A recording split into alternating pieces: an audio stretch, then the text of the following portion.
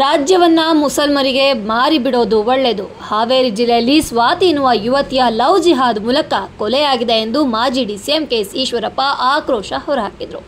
ಇನ್ನು ಸುದ್ದಿಗೋಷ್ಠಿಯಲ್ಲಿ ಮಾತನಾಡಿದ ಅವರು, ಪ್ರೀತಿಯ ಬಲೆಯಲ್ಲಿ ಬೀಳಿಸಿ ಕೊಲೆ ಮಾಡಿದ್ದಾರೆ. ಈ ಘಟನೆ ಬಗ್ಗೆ ಗೃಹ ಸಚಿವರಾಗಲಿ ಸಿಎಂ ಆಗಲಿ ಖಂಡನೆ ಮಾಡದಿರೋದು ದುರಾದೃಷ್ಟ ಅಂತ ಹೇಳಿದರು. ಇನ್ನು ನಮ್ಮನ್ನ ಮಾತೆತ್ತಿದ್ರೆ ಮುಸಲ್ಮಾನ್ ವಿರೋಧಿ ಎನ್ನುತ್ತಾರೆ. ಸ್ವಾತಿ ಕಾಣೆಯಾದ ದಿನವೇ ಕುಟುಂಬಸ್ಥರು ದೂರು ಕೊಟ್ಟಿದ್ದಾರೆ. ತಂದೆ ಇಲ್ಲದೆ ತಾಯಿನೇ ಸಾಕಿ ಮಗಳು ಸ್ವಾತಿಯನ್ನ ಸಾಕಿದ್ದಾರೆ. ಆತುರಾತುರವಾಗಿ ಸ್ವಾತಿಯ ಶವ ಸಂಸ್ಕಾರ ಮಾಡಿದ್ದಾರೆ. ಮನೆಯವರಿಗೂ ತಿಳಿಸದೆ ಆತುರದಿಂದ ಶವ ಸಂಸ್ಕಾರ ಮಾಡಿದ್ದಾರೆ. ರಾಜ್ಯದ ಜನ ತಲೆ ತಗ್ಗಿಸುವ ಪ್ರಕರಣ ಇದಾಗಿದೆ. ಮುಸ್ಲಿಂ ಹಿರಿಯರಿಗೆ ಕೇಳುತ್ತೇನೆ, ನಿಮ್ಮ ಸಮಾಜದ ಮಗಳಿಗೆ ಹೀಗಾಗಿದ್ರೆ ಏನು ಮಾಡ್ತಿದ್ರಿ ಅಂತ ಪ್ರಶ್ನಿಸಿದರು. ಇನ್ನು ಮುಸ್ಲಿಮರಾಗಿದ್ದರೆ ರಾಜ್ಯಕ್ಕೆ ಬೆಂಕಿ ಹಚ್ಚಿಬಿಡ್ತಿದ್ರಿ. ಕರ್ನಾಟಕದಲ್ಲಿ ಹಿಂದೂ ಹೆಣ್ಣು ಮಕ್ಕಳಿಗೆ ಬೆಲೆ ಇಲ್ಲದಂತಾಗಿದೆ ಎಂದು ಆಕ್ರೋಶ ಹೊರಹಾಕಿದರು.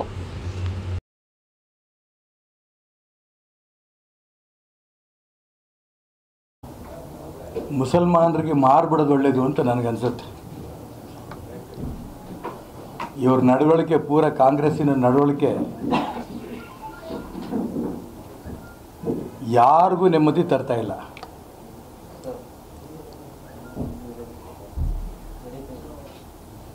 ಹಾವೇರಿ ಜಿಲ್ಲೆಯಲ್ಲಿ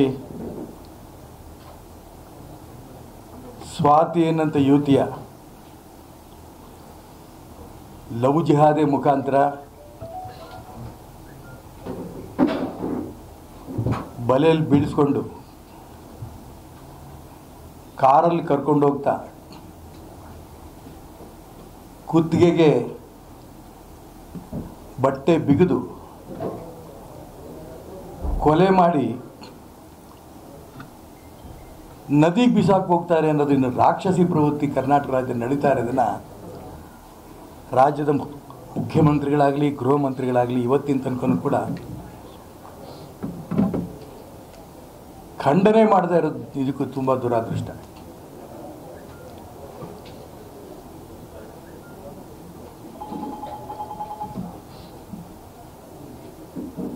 ಮಾತೆತ್ತಿದ್ರೆ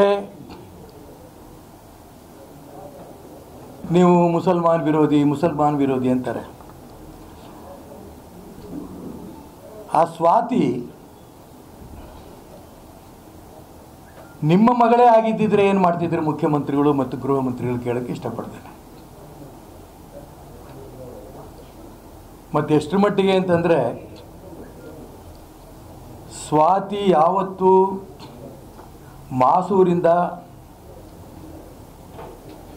ಕಾಣೆ ಆಗಿದ್ಲು ಅವತ್ತೇ ಪೊಲೀಸ್ ಸ್ಟೇಷನ್ನಲ್ಲಿ ಹೋಗಿ ಕಂಪ್ಲೇಂಟ್ ಕೊಟ್ಟಿದ್ದಾರೆ, ನಮ್ಮ ಹುಡುಗಿ ಕಾಣೆಯಾಗಿದ್ದಾಳೆ ಅಂತ. ಸ್ವಾತಿ ತಂದೆ ಇಲ್ಲ,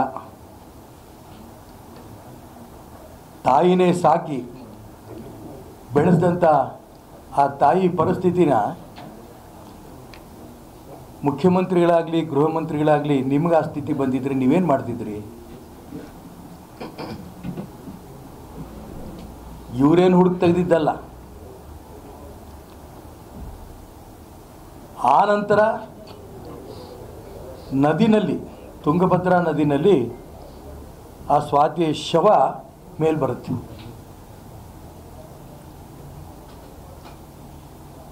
ಆ ಶವ ಮೇಲೆ ಬರ್ತಿದ್ದಂಗೆ ಆತುರಾತುರವಾಗಿ ಅದನ್ನು ಅಂತ್ಯ ಸಂಸ್ಕಾರ ಮಾಡ್ತಾರೆ. ಕಂಪ್ಲೇಂಟ್ ಕೊಟ್ಟಿರೋದು ಯಾರು ಅಂತ ಗೊತ್ತಿದ್ರೂ ಕೂಡ ಅವ್ರ ಮನೆಗೆ ಒಂದು ವಿಚಾರನೂ ತಿಳಿಸದೆ ಆತುರಾತುರವಾಗಿ ಆ ಶವವನ್ನು ಅಂತ್ಯ ಸಂಸ್ಕಾರ ಮಾಡೋಂಥ ಅರ್ಜೆಂಟ್ ಏನಿತ್ತು?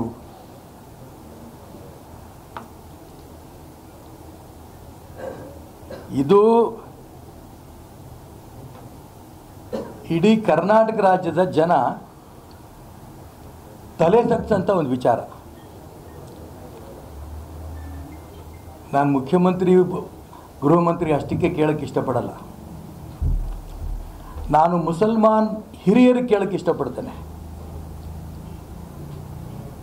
ನಿಮ್ಮ ಮುಸ್ಲಿಂ ಒಬ್ಬ ಹೆಣ್ಮಗಳನ್ನು, ಯುವತಿಯನ್ನು ಯಾರೋ ಒಬ್ಬ ಹಿಂದೂ ಯುವಕ ಈ ರೀತಿ ಪ್ರೀತಿ ಮಾಡ್ದಂಗೆ ಮಾಡಿ ನೇಣು ಹಾಕಿ ಸಾಯಿಸಿ ನದಿನಲ್ಲಿ ಬಿಸಾಕಿದ್ದಿದ್ರೆ ಇಡೀ ರಾಜ್ಯ ಬೆಂಕಿ ಹಚ್ಚಿಬಿಡ್ತಿದ್ರಲ್ಲ ನೀವು. ನಿಮಗೆ ರಕ್ಷಣೆ ಸಿಗೋದು ಮತ್ತೆ.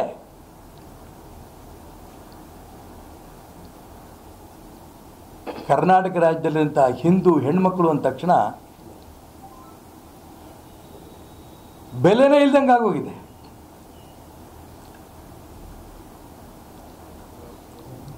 ನಾನು ಲವ್ ಜಿಹಾದೆ ಬಗ್ಗೆ ಹೆಣ್ಮಕ್ಳು ಈ ರಾಕ್ಷಸಿ ಮುಸಲ್ಮಾನ್ ಗೂಂಡಾಗಳ ಬಗ್ಗೆ ಹುಷಾರಾಗಿರ್ರಿ, ಇದು ಒಂದು ಪ್ರಾರ್ಥನೆ. ಎರಡನೆಯದು, ರಾಜ್ಯ ಸರ್ಕಾರ ಈ ರೀತಿ ಯಾರು ಲವ್ ಜಿಹಾದೆ ಮುಖಾಂತರ ಕೊಲೆ ಮಾಡ್ತಾರೋ ಹೆಣ್ಮಕ್ಳು, ಹಿಂದೂ ಹೆಣ್ಮಕ್ಳನ್ನ, ಅವ್ರನ್ನ ಗುಂಡಿಟ್ಟು ಕೊಲ್ಲಂತ ಒಂದು ಕಾನೂನು ತಗೊಂಬನ್ನಿ.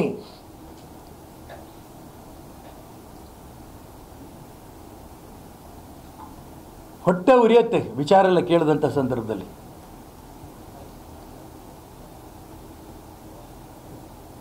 ನಾನು ನಾಳೆ ನಮ್ಮ ತಂಡ ಎಲ್ಲ ನಾವು ಅಲ್ಲಿಗೆ ಮಾಸೂರಿಗೆ ಹೋಗ್ತಾ ಇದ್ದೀವಿ, ಅವ್ರ ಮನೆಗೆ ಸಾಂತ್ವನ ಹೇಳಕ್ಕೆ ಹೋಗ್ತಾ ಇದ್ದೀವಿ. ಇವತ್ತು ಮಾಸೂರು ಬಂಧನ ನಾಗರಿಕರು ಕರೆದಿದ್ದಾರೆ.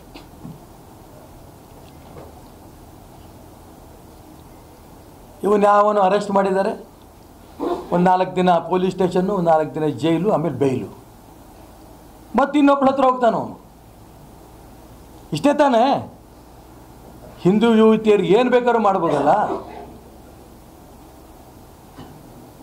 ಇಷ್ಟು ಬಂಡತನದಲ್ಲಿ ಮುಸಲ್ಮಾನ್ ಗೂಂಡಾಗಳು ಕರ್ನಾಟಕ ರಾಜ್ಯದಲ್ಲಿ ಹಿಂದೂ ಹೆಣ್ಮಕ್ಳ ಬಗ್ಗೆ ನಡವಳಿಕೆ ಇರೋಂಥ ಸಂದರ್ಭದಲ್ಲಿ ರಾಜ್ಯ ಸರ್ಕಾರ ನಡ್ಕೊಳ್ತಾ ಇರೋಂಥ ರೂಪ ಒಂದು ರೀತಿಯ ರಾಕ್ಷಸಿ ರೂಪ.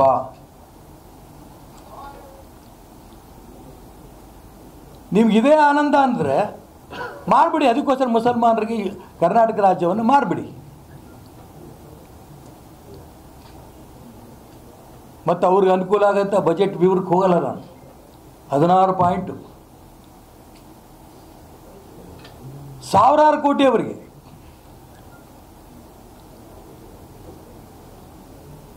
ಇವತ್ತು ಮಾನ್ಯ ಉಪಮುಖ್ಯಮಂತ್ರಿ ಡಿ ಕೆ ಶಿವಕುಮಾರ್ ಇನ್ನೊಂದು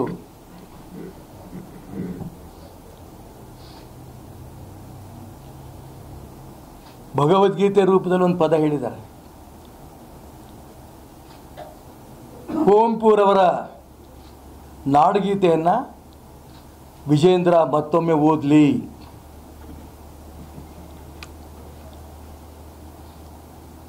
ನಾಲ್ಕು 4% ಮೀಸಲಾತಿ ಇಡೀ ದೇಶದ ಯಾವುದೇ ರಾಜ್ಯದಲ್ಲಿ ಇಲ್ಲ ಮುಸಲ್ಮಾನರಿಗೆ. ಧರ್ಮಾಧಾರಿತ ಮೀಸಲಾತಿ ಇರಕೂಡದು. ಇದು ಪೂಜ್ಯ ಅಂಬೇಡ್ಕರ್ ಅವರು ತುಂಬ ಸ್ಪಷ್ಟವಾಗಿ ಹೇಳಿರೋದು. ಸಂವಿಧಾನದಲ್ಲಿ ಹೇಳಿದೆ ಧರ್ಮಾಧಾರಿತ ಮೀಸಲಾತಿ ಇರಕೂಡದು ಅಂತ. ಸುಪ್ರೀಂ ಕೋರ್ಟ್ ಹೇಳಿದೆ ಧರ್ಮಾಧಾರಿತ ಮೀಸಲಾತಿ ಇರಕೂಡದು ಅಂತ. ಅಂಬೇಡ್ಕರ್ನ ಬಿಟ್ಟು, ಸುಪ್ರೀಂ ಕೋರ್ಟ್ ಬಿಟ್ಟು, ಸಂವಿಧಾನವನ್ನು ಬಿಟ್ಟು 4% ನಾವು ಕೊಟ್ಟೇ ಕೊಡ್ತೀವಿ. ಯಾವ ನ್ಯಾಯ ಇದು? ಕೊಟ್ಬಿಡಿ 100% ಅವ್ರಿಗೇನೆ. ಬಜೆಟಲ್ಲಿ 100% ಅವ್ರಿಗೆ ಕೊಟ್ಬಿಡಿ. ಇನ್ನೇನು ಉಳಿದಿದೆ ಕರ್ನಾಟಕ ರಾಜ್ಯದಲ್ಲಿ? ಇವತ್ತು ಹೆಣ್ಮಕ್ಳಿಗೆ ಮಾನ ಮರ್ಯಾದೆ ಪೂರ ತೆಗೆದುಬಿಟ್ರಿ.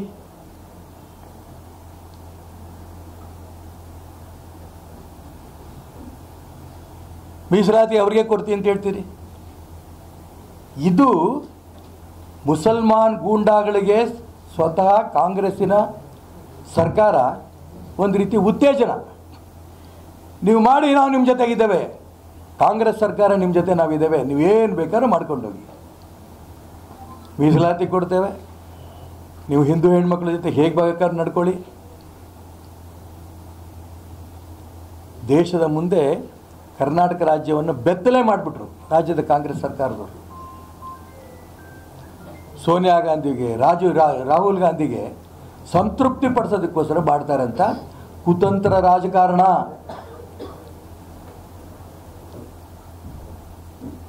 ಹಿಂದೂ ಸಮಾಜ ಜಾಗೃತಿ ಆಗೇ ಆಗತ್ತೆ, ಇದರಲ್ಲಿ ಅನುಮಾನ ಇಲ್ಲ. ಇಡೀ ದೇಶದಲ್ಲಿ ಕಾಂಗ್ರೆಸ್ ನಿರ್ನಾಮ ಆಗಿ ಹೋಗ್ತಾ ಇದೆ. ಕರ್ನಾಟಕ ರಾಜ್ಯದಲ್ಲಿ ಸ್ವಲ್ಪ ಕುಟು ಅಂತ ಇದೆ ಜೀವ. ಇಲ್ಲಿಂದ ಏನಾದ್ರು ನೀವು ATM ಮಾಡ್ಕೊಳ್ಳಿ, ರಾಹುಲ್ ಗಾಂಧಿಗೆ, ಸೋನಿಯಾ ಗಾಂಧಿಗೆ ಏನು ಬೇಕಾದ್ರೂ ಮಾಡ್ಕೊಳ್ಳಿ. ಆದರೆ ಕಾನೂನು ಇದೆಯಲ್ಲ, ಸಂವಿಧಾನ ಇದೆಯಲ್ಲ, ಸುಪ್ರೀಂ ಕೋರ್ಟ್ ಇದೆಯಲ್ಲ, ಅಂಬೇಡ್ಕರ್ ಮಾತು ಇದೆಯಲ್ಲ, ಇದಕ್ಕಾರು ಬೆಲೆ ಕೊಡಿ.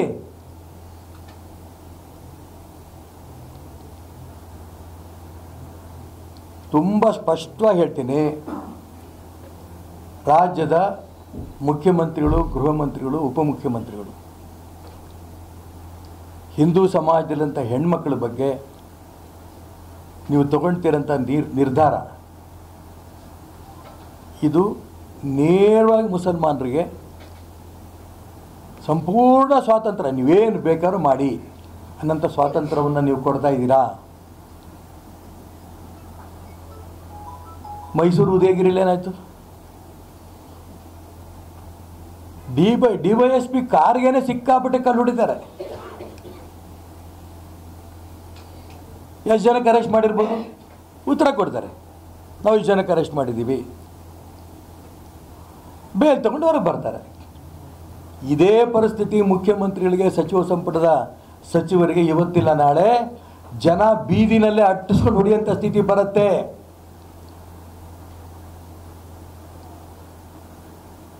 ಹಿಂದೂ ಸಮಾಜವನ್ನು ಖಂಡಿತ ತಾತ್ಸಾರ ಮಾಡಬೇಡಿ. ಹಿಂದೂ ಸಮಾಜವನ್ನು ತಾತ್ಸಾರ ಮಾಡಿದ್ದಕ್ಕೋಸ್ಕರ ಯಾವ್ಯಾವ ರಾಜಕೀಯ ಪಕ್ಷಗಳು ತಾತ್ಸಾರ ಮಾಡಿದ್ವೋ ಎಲ್ಲ ರಾಜಕೀಯ ಪಕ್ಷಗಳು ಇವತ್ತು ಮಣ್ಮುಕ್ಕೋಗಿದೆ. ನಾನು ಅದಕ್ಕೋಸ್ಕರ ಇದೊಂದು ಎಚ್ಚರಿಕೆ ಕೊಡೋಕ್ಕೆ ಇಷ್ಟಪಡ್ತೀನಿ. ಯಾವ ಕಾರಣಕ್ಕೂ ಕೂಡ ಕರ್ನಾಟಕ ರಾಜ್ಯ ಮುಸ್ಲಿಂ ರಾಜ್ಯ ಮಾಡೋಕ್ಕೆ ಹೋಗಬೇಡಿ.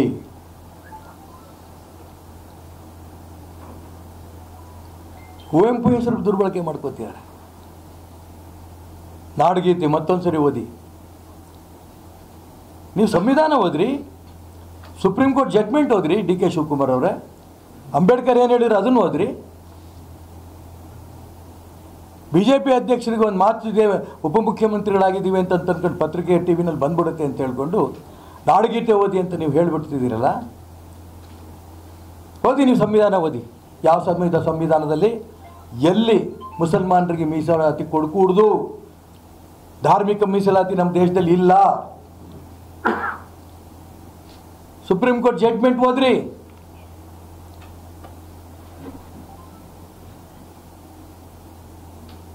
ರಾಜ್ಯದಲ್ಲಿ ಮುಸಲ್ಮಾನರು, ಹಿಂದೂಗಳು ನೆಮ್ಮದಿಯಿಂದ ಬದುಕಬೇಕು ಅನ್ನೋಂಥ ಅಪೇಕ್ಷೆ ಮುಸಲ್ಮಾನರಿಗೆ ಇದ್ದರೂ ಕೂಡ ನಿಮಗೆಲ್ಲ ಕೊಡ್ತೀವಿ ರೀ, ಹಿಂದೂಗಳ ಬಗ್ಗೆ ಹೆಂಗೆ ಬೇಕಾದ್ರೆ ದುರುಪಯೋಗ ಮಾಡ್ಕೊಳ್ಳಿ, ನಮ್ಮ ಓಟ್ ಹಾಕಿ.